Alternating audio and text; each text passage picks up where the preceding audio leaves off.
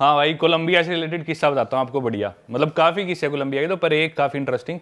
Colombia एक country है south America continent में, उसकी एक सिटी है मेदेजीन। स्पेलिंग में उसमें डबल एल आता है, मेदेलीन होता है, लेकिन कोलंबियन स्पेनिश में ल को ज बोलते हैं, तो मेदेजीन। वो शायद उसकी मेन सिटी है ना उस कंट्री। मेन कैपिटल तो बोगोटा है, पर मेन सिटी टूरिस्ट ज्यादा मेदेजीन में आते हैं, शायद बोगोटा से ज्यादा आते हैं। वहाँ के कुछ फेमस सिंगर्स वगैरह भी है, मालूमा वगैरह, ये सब वहाँ के हैं। हाँ, पर Pablo Escobar was from Medellin as well. तो उस सिटी में भाई, वो सिटी ना यूँ माना जाता है कि पूरे अमेरिकाज की या वर्ल्ड की भी सबसे सुंदर लड़कियां माना जाता है वहाँ की है। सबसे ज़्यादा ड्रग्स जो भी है, कोकेन सारी कोलंबिया से आती है, उसका बेचना और कंट्रोल वो सारा मेदेजीन में होता है, सारी चीज़ें वहीं पे। तो एक नया ड्रग चला हुआ है, उसका साइंटिफिक नेम तो है स्कोपोलामीन, कॉमन नेम है उसका डेविल्स ब्रेथ। वो कोलंबियन ड्रग है, कोलंबिया में उगता है वो ड्रग अगर मान लो भाई आपके सिस्टम में चला गया ना दीपक भाई, लेट से मैंने आपकी पानी में मिला दिया या आपके किसी तरह आपके अंदर चला गया, तो 1-2 दिन तक आप ना हिप्नोटाइज से हो जाओगे, आप होश में रहोगे, लेकिन आपको पता नहीं आप क्या कर रहे हो, जो मैं कहूँगा ना वो करोगे। अच्छा, 1-2-3 ढाई 1 दिन तक उसका नशा रहता है, तो आप उसके नशे में रहोगे। और वो नशा ना, मतलब थोड़ा सा वो ड्रग आपके अंदर चला जाए तो वो आप पे असर कर देता है। तो वहाँ पे बहुत ज़्यादा चला हुआ है कि ना क्लब्स व्लब्स में लड़कियाँ या कोई भी आदमी आपकी ड्रिंक में डाल देगा, वो स्पाइक कर देते हैं। या आप सड़क पे चल रहे हैं, आपको किसी ने विजिटिंग कार्ड दिया, आपने विजिटिंग कार्ड पकड़ा, वो फेंक दिया, लेकिन कार्ड पे वो ड्रग लगा था, वो आपके हाथ पे लग गया, तो आपके बाद में आपने मुंह साफ करा तो आपकी नाक से आपकी बॉडी में चला गया। वो ड्रग ऐसा जाता है भाई, उसका इतना मिसयूज़ करते हैं लोग वहाँ पे। मैं आपको स्टोरीज बताता हूँ, मेरी आंखों देखी। 2 अमेरिकन्स थे, वो एक पब में बैठे, जाके टेबल पे दारू पीने लग रहे। 11-12 बजे पब बंद हो गया। उसके बाद वो साथ में एक टेबल पे कपल था, वो कपल आगे बोला भाई हम तुम्हारे साथ बैठ जाएगा। वो बोले हाँ बैठ जो, कपल तो ठीक सा लग रहा था, कपल पे कौन शक करता है। 3 दिन बाद उनकी नींद खुली अपने अपार्टमेंट में। वो अमेरिकन्स थे, काम करते थे मेदेजीन कोलंबिया से। अपने अपार्टमेंट में ज़मीन में सो रहे थे, उनका फर्नीचर बेड वेड सब गायब। सिक्योरिटी के पास गए, भाई हमारा सामान गायब। बोले अरे आपके दोस्त ले गए, आप ही तो रखवा रहे थे गाड़ी में। बोले कैसी बात कर रहे हो। उन्होंने वीडियो फुटेज दिखाई, वो खुद उठवा के अपना फ्रिज सामान रखवा रहे। ओ भाई, ये तो कुछ नहीं है, एक और स्टोरी बताता हूँ, ये भी सच्ची स्टोरी। एक आदमी था, वो भी था अमेरिकन, वो आया क्लब में, उसकी किसी लड़की से बात हुई, मेदेजीन सिटी की बात है, मैं 1 महीना रहा वहाँ पे। उस लड़की से उसकी बात हुई, लड़की ने बोला कि चल ठीक है तेरे अपार्टमेंट चलते हैं। उसने एयरबीएनबी रेंट कर रखा था, उसके फ्लैट पे आ गए वो। उस लड़की की नींद खुली है भाई 2-2.5 दिन बाद अपने बाथटब में, और बाथटब में थी बर्फ और बाथटब पूरा लाल। 2 दिन बाद क्या किया, वो लड़की उसके साथ आई तो आई, उसकी ड्रिंक स्पाइक कर दी। बाद में आता है एक डॉक्टर और एक आदमी आते हैं, उस लड़की की किडनी निकाल के ले गए, और यहाँ पे स्टिचेस आए हुए और बाथटब में बर्फ में लेटा हुआ आदमी। ये करता है वो ड्रग भाई वहाँ पे। तो मेदेजीन में you have to be very careful. मैं नहीं जानता किसी भी एक ट्रैवलर को जो मेदेजीन गया और लूटा ना हो। आपके ऊपर भी हुआ है कभी? मेरे साथ नहीं हुआ भाई। तो वो ट्रैवलर आप ही हो जो नहीं लूटे। मैं मानता हूँ भाई, मैं इतना केयरफुल था ना, आप कह रहे थे मैं रिस्की जगह पे जाता हूँ। मेदेजीन जितना डर मेरे को कहीं नहीं लगा, और उतने मजे भी कहीं नहीं आए टू बी ऑनेस्ट। रात को मैं निकलता नहीं था, हमेशा ग्रुप बना के निकलो। जैसे बाहर जाना है तो और दोस्त बनाओ, 7-8 के ग्रुप में निकलो, अकेले नहीं जाना।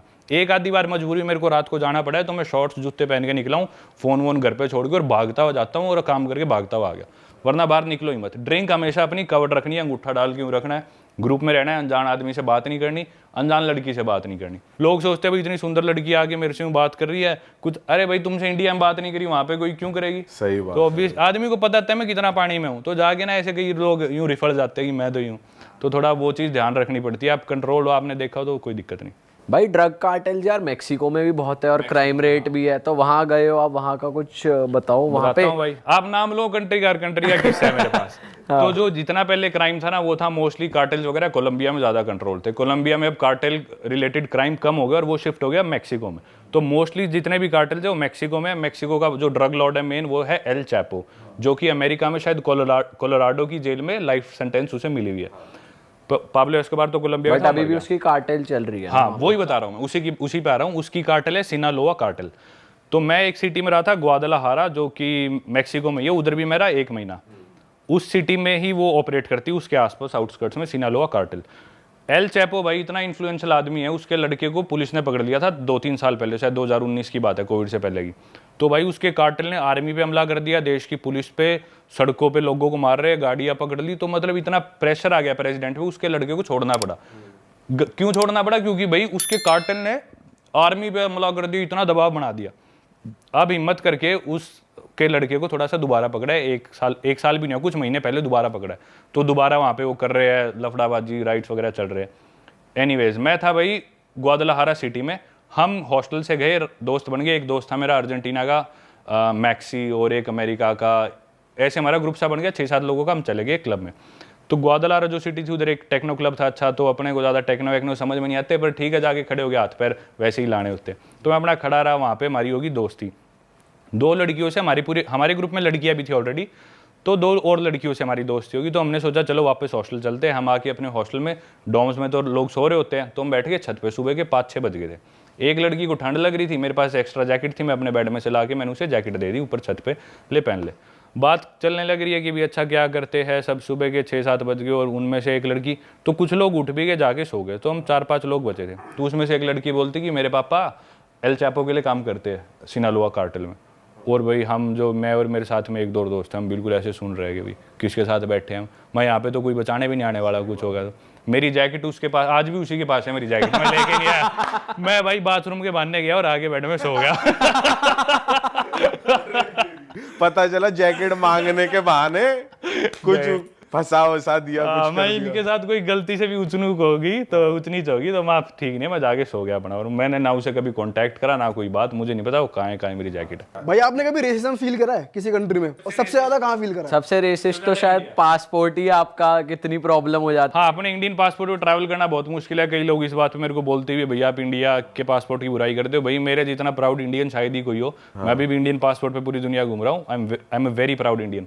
पर भाई जो सच है वो सच है, अपने इंडियन पासपोर्ट में ट्रैवल करना बहुत मुश्किल है, क्योंकि काफी इंडियंस इलीगली अमेरिका जाते हैं, यूरोप जाते हैं, जिसे डोंकी बोलते हैं। तो हर आदमी को as a potential illegal immigrant देखा जाता है, तो हमेशा ज्यादा इंटेरोगेशन होती है। रेसिज्म की बात करें तो सबसे ज्यादा रेसिस्ट अपन इंडियंस ही है।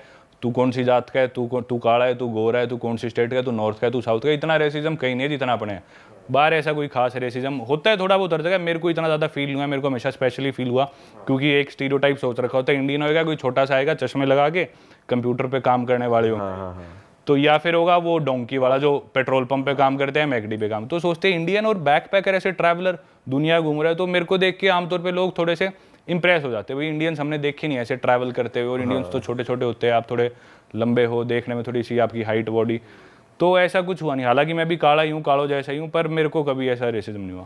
भाई हमने भी, जैसे हम भी गए ना, हमें भी लगता है कि जैसे बाहर के लोग फ्रेंडली हैं, काफी फ्रेंडली तो हैं, कि बात करते हैं ओपनली, और लड़के ही नहीं, लड़कियां भी ओपनली बात करती हैं। हाँ, जितनी कंजर्वेटिव सोसाइटी हो उतनी लड़कियां कम बात करेगी। अरब कंट्रीज में, मिडिल ईस्ट में जाओगे वो ओपनली नहीं बात करेंगे। आप यूरोप में, स्पेशली अमेरिका में बहुत खुले, लैटिन अमेरिका में खासकर वीडियोस में देखा हो, लड़कियां चिपक जाती थी मेरे। भाई लाइन वाइन मारती थी लड़कियां तो जिम विम में आप पे। वहाँ असली में फील होता था भाई इंडिया में लड़कियां कैसे सर्वाइव करें, क्योंकि लड़के छेड़ते इंडिया में लड़कियों को, वहाँ पे उल्टा हो रहा था भाई। वहाँ मेरे को लड़कियां इतना छेड़ती थी, बस से उतरता चिपक जाती थी। कहीं पे मैं कॉफी लेने गया तो रोक के मेरे साथ स्टोरी डाल देती थी और लिख देती थी माय बॉयफ्रेंड। ओह ये भी हो रखा है? रोज होता था भाई, हाँ बहुत होता था ये। भाई बहुत खुश नसीब हो आप। अरे वाह, आपने ये वीडियो यहाँ तक देख ली भाई, तुमने हमारी मेहनत सफल कर दिया। तुम ही लोग हो असली रियल हिट। और अगर आपको बहुत मजा आ रहा है ऐसी क्लिप्स में, ऐसी वीडियोस में, तो फटाफट जाइए प्लेलिस्ट पे, बिंज वॉच कीजिए और सारी वीडियोस देख डालो और मौज काटो। That is it. हम मिलेंगे नए पॉडकास्ट में, नए क्लिप में। Till then bye bye, see you, take care, do subscribe.